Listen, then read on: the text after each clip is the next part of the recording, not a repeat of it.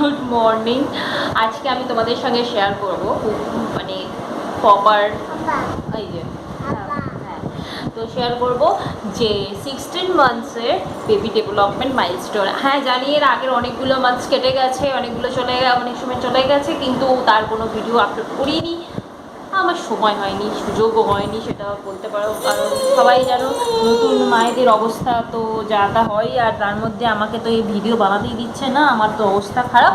আমি যাও করে ওকে কোলে নিয়েই মেঝেতে বসে করতে হচ্ছে, কারণ আমি যখনই টেবিলে বসি চেয়ারে বসি তখনই ও আমাকে এসে ডিস্টার্ব করতে শুরু করে দিচ্ছে। তখন আমি কি করবো, আমি লাস্টে মেঝেতে বসেই ভিডিও শ্যুট করছি।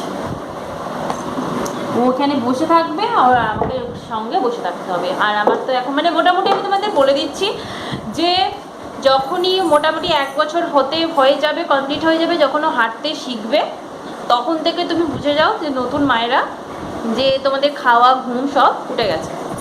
ওকে তুমি খাইয়ে দাও, ঘুম পাড়িয়ে দাও, যাই করে দাও, একমাত্র রাতের বেলা যদি ও ঘুমায় তাহলেই গিয়ে আমি কিছু করতে পারি।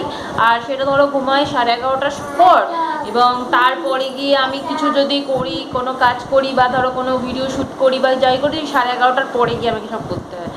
তো সেটা খুবই টায়ার্ডের ব্যাপার, আমার শরীর খারাপ লাগে, সকালবেলা আবার সকাল সকাল উঠতে হয়, আর তার মধ্যে রাতের বেলা তো অনেকবারই উঠতে হয়, সেগুলো তো রয়েছে। তো এই সমস্ত কিছু নিয়ে আমার অবস্থা খারাপ, দেখতেই পাচ্ছ আমার চোখের তলায় কালি পড়ে গেছে, এবং আমার দিন দিন যা তা অবস্থা হচ্ছে। তো হ্যাঁ, যেটা ডেভেলপমেন্টের কথা বলছিলাম, তো এই জিনিসগুলো তো হয়, তো ঘুমোতে দেবে না।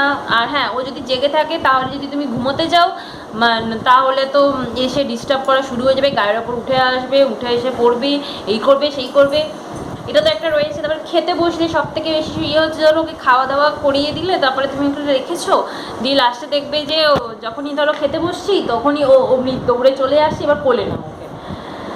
এইটা তো হয়, মানে এটা তো আমার মনে হয় সব নর্মালি এগুলো এই জিনিসগুলো হতে থাকে। যখন 1 বছর পর থেকে এই জিনিসগুলো বেশি শুরু হয়, যে এখন 16 মাস ওর চলছে, কমপ্লিট হবে, তো এই সময় ওর বেশি করে ইয়ে হচ্ছে। ও এখন দেখো বই নিয়ে পড়তে বসেছে। ও কিছু ডেভেলপমেন্টের, কিছু স্কিল ডেভেলপমেন্ট বিভিন্ন ধরনের বইগুলো পাওয়া যায় না, আমি তোমাদের রেকমেন্ড করবো যে এই যে মাই লাইব্রেরি, ফার্স্ট লাইব্রেরি কিছু একটা, তো এই বইগুলো তোমরা অবশ্যই বাচ্চাদের জন্য কিনে দিতে পারো।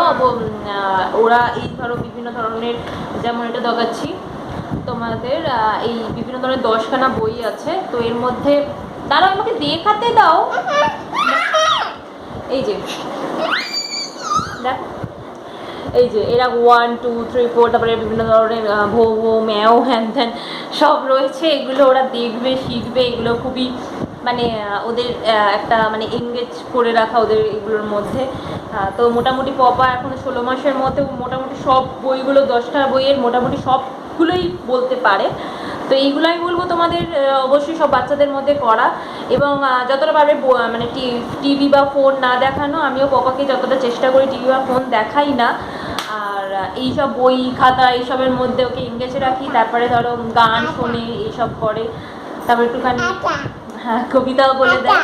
আত্মা গাছে তোতা পাখি, ডালিম গাছে হিরে দাদার মরমরে থান ঠাকুর দাদা, ও এইসব মানে বাচ্চাদেরকে এইসবের মধ্যে এঙ্গেজ রাখো, তাহলে সব থেকে ভালো ওদের স্কিল ডেভেলপ করবে, ওদের ব্রেন ডেভেলপ করবে, সমস্ত কিছুই। আর বলতে গেলে আর আমার মাথায় কিছু আসছে না, আর কিছু যদি থাকে তোমরা অবশ্যই কমেন্টে জানিও। Tata bye bye.